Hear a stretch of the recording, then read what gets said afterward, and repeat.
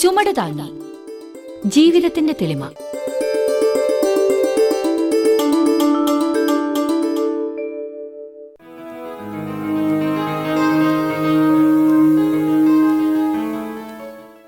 குட்டப்பாய், மாமா.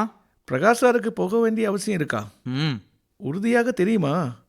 വേറെ വഴിയേ ഇല്ലയാ? മാമ, എന്തെങ്കിലും പഴുതുണ്ടെങ്കിൽ പണിക്കര് സാർ ഇടപെടില്ലേ? അല്ല, സാറ് അനധികൃതമായ ഒരു ഇടപെടലും നടത്തുകയുമില്ല, അതും പറയണം. ബേബി ടീച്ചർ എന്താ ഒന്നും പറയാത്തത്? സങ്കടം കൊണ്ടാ കുട്ടപ്പായി. പ്രകാശ് ഒരു നല്ലവനാ. ആദ്യമൊക്കെ എനിക്ക് അത്ര പിടുത്തമില്ലായിരുന്നു. പിന്നെ പിന്നെ മനസ്സിലായി, ഹൃദയമുള്ള ആളാണ്. அதுதான் டீச்சர், ஒரு பெரிய பிரச்சனை வந்தப்போ டீச்சரை வச்சு மட்டுமே பிரகாஷ் சார் ஒரு முடிவெடுத்தார். என்ன അത് ആശ്ചര്യപ്പെടുത്തിയത്? എന്നെയും എൻ്റെ ഉപദേശങ്ങളും നിർദ്ദേശങ്ങളും എപ്പോഴും സ്വീകരിച്ചിരുന്നു. എന്തും എന്നോട് ചോദിക്കും. അത് പ്രകാശേട്ടനെ വളരെയധികം സഹായിച്ചു. അതെ അതെ, ഉപദേശത്തിൻ്റെ മഹത്വം പ്രകാശിന് ആദ്യം തന്നെ മനസ്സിലായി. അതൊഴിവാക്കിയതോടെ പ്രകാശ് രക്ഷപ്പെട്ടു. കുട്ടപ്പായിയുടെ ഉപദേശത്തിൻ്റെ വിശേഷം എന്നെക്കൊണ്ട് പറയിക്കണ്ട. அது அங்கே நிற்கட்டும் டீச்சர். பிரகாஷ் சார் போனதுக்கு அப்புறம் இங்கே யாரா இருக்கும் ட்ரஸ்ட் செக்ரட்டரியாக வருவது? കുട്ടപ്പായിക്ക് ഏതാവത് தெரியுமா? ഒരു പിടിയുമില്ല മാമ. അന്നപൂർണ ചേച്ചി വീണ്ടും വരുമോ എന്നാ പേടി. എന്നാലേ എല്ലാവരും ഒന്ന് വിറയ്ക്കും. കുട്ടപ്പായി, എല്ലാവരും എന്ന് പറഞ്ഞതിലെ ഊന്നൽ എനിക്ക് മനസ്സിലായി. അന്നപൂർണ ചേച്ചി എന്നെ കുറച്ച് വഴക്കൊക്കെ പറഞ്ഞിട്ടുണ്ട്. ചേച്ചി ശുദ്ധയാണ്. വഴക്ക് പറഞ്ഞു കഴിഞ്ഞാൽ പിന്നെ മനസ്സിൽ വയ്ക്കില്ല. ஆள் கடுமையானவங்களாக்கும். பிரகாஷ் சார் ஐஏஎஸ் ஆனதுனால எல்லா டிபார்ட்மெண்ட் ஆளுங்களுக்கும் நல்ல ரெஸ்பெக்ட் இருந்தது. விஷயங்கள் നടപ്പാക്കുന്നതിന് അത് ഉദവി ചെയ്തു. പക്ഷേ പണിക്കര് സാറുള്ളതുപോലെ ആയിട്ടില്ല. സാറൊന്ന് വിരൽ ഞൊടിച്ചാൽ മന്ത്രിമാർ വരെ വാതിൽക്ക വന്ന് നിൽക്കും. ഒന്ന് പോ കുട്ടപ്പായി. പണിക്കര് സാറിന് വിരലിനൊടിക്കലല്ലേ പണി. പ്രകാശൊട്ടും മോശമായിരുന്നില്ല. തീരുമാനമെടുക്കാൻ നല്ല മിടുക്കനാണ്. എല്ലാം നന്നായി പഠിക്കും. ഇനി ആരിതൊക്കെ ചെയ്യുമോ ആവോ. யார் வரணும் என்பது பணிக்கர் சார் தீர்மானிப்பார். அனாமிகா மேடத்துக்கு சார்ஜ் வேண்டுமானால் கொடுக்கலாம். அப்படி தானே? അനാമിക ചേച്ചിക്ക് സാധ്യത കുറവാണ്. ചേച്ചി ഏറ്റവും ഇളയതല്ലേ. മാത്രവുമല്ല, സാറിനും അമ്മയ്ക്കും അനിച്ചേച്ചി ഇപ്പോഴും കളിക്കുട്ടിയാണ്. നിങ്ങളൊക്കെ ആര് വരുന്നു എന്ന് ആലോചിക്കുന്നത്? ഞാനാണെങ്കിൽ പ്രകാശ് പോകുന്നതോർത്ത് സങ്കടപ്പെടുകയാണ്. എൻ്റെ ആങ്ങള തന്നെയായിരുന്നു പ്രകാശ്. ഒരു ശൂന്യത, മനസ്സിനൊരു വിങ്ങൽ.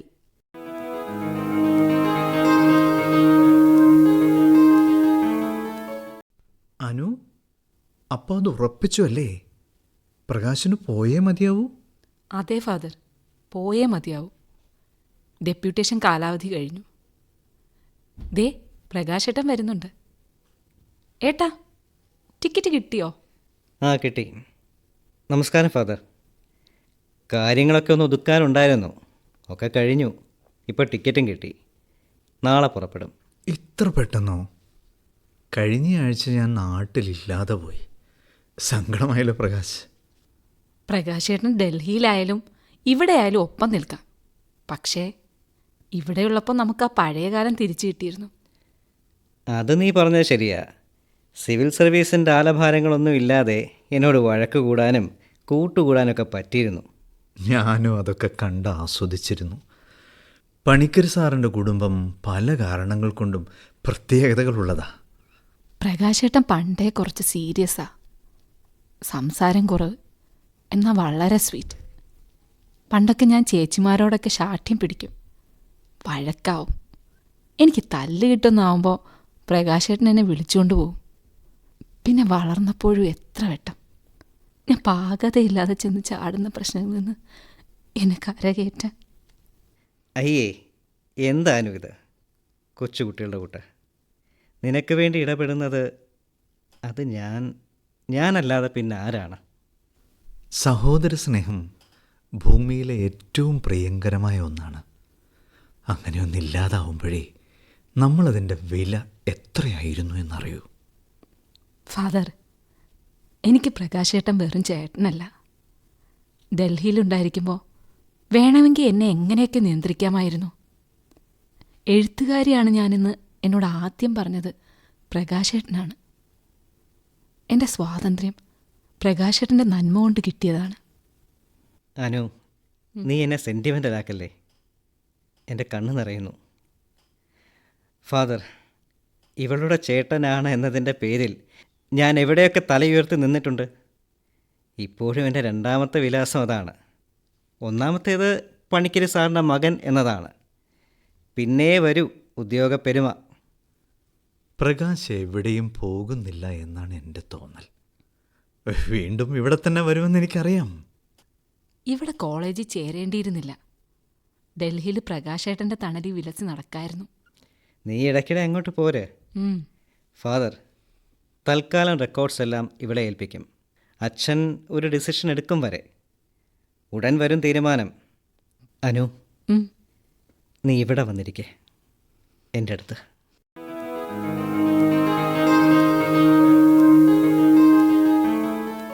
ഗംഗാരേട്ടാ, ഞാൻ നാളെ ഡൽഹിക്ക് പോകും. പ്രകാശ് പോകുമ്പോൾ ഒരു നൊമ്പരം. തിരികെ വരും. എന്നാലും എൻ്റെ കുടുംബം ഇന്നിങ്ങനെ നിൽക്കുന്നത് പ്രകാശ് കാരണമാണ്. അങ്ങനൊന്നും പറയല്ലേ ഗംഗാരേട്ടാ. മറ്റാരാണെങ്കിലും ഇങ്ങനൊക്കെ തന്നെ സംഭവിക്കും. അല്ല പ്രകാശേ, സ്വന്തം നില അപകടത്തിലാണെന്ന് കണ്ടാൽ ഒപ്പമുള്ളവരെ ഉപേക്ഷിക്കുന്നവരാണ് സാധാരണ അധികാരികൾ. പക്ഷെ പ്രകാശ് അങ്ങനെ ചെയ്തില്ല. എൻ്റെ ബേബിയെ രക്ഷിച്ചു. എന്താ ഗംഗാരേട്ടാ, ഗംഗാരേട്ടനും ബേബി ചേച്ചിയും ഈ വീട്ടിലെ അംഗങ്ങളല്ലേ. പിന്നെ ബേബി ചേച്ചി നിരപരാധിയാണ് എന്ന ബോധ്യവുമുണ്ട്. പഠിപ്പ്, പദവി, പണം ഇതൊക്കെ മനുഷ്യരുടെ കാഴ്ച മറയ്ക്കും. ഞാനത് പലവട്ടം അനുഭവിച്ചിട്ടുണ്ട്. അതിനൊക്കെ മേലെയാണ് മനുഷ്യനെന്ന് പണിക്കർ സാറാണ് പഠിപ്പിച്ചത്. അത് പിന്നെ പ്രകാശിൽ നിന്ന് ഞാൻ മനസ്സിലാക്കി. ഗംഗാരേട്ടാ, അതൊക്കെ സ്വാഭാവികമായി നമ്മൾ ചെയ്യേണ്ടതല്ലേ. എൻ്റെ കുട്ടിക്കാലം മാത്രമേ ഞാനിവിടെ ഉണ്ടായിട്ടുള്ളൂ. പിന്നൊക്കെ പുറത്തായിരുന്നു. എങ്കിലും എന്നിൽ ഈ നാടുണ്ട്, ഇവിടുത്തെ മനുഷ്യരുണ്ട്. ഞാൻ വീണ്ടും വരും. ഇവിടം വിട്ട് പോവാൻ വയ്യ.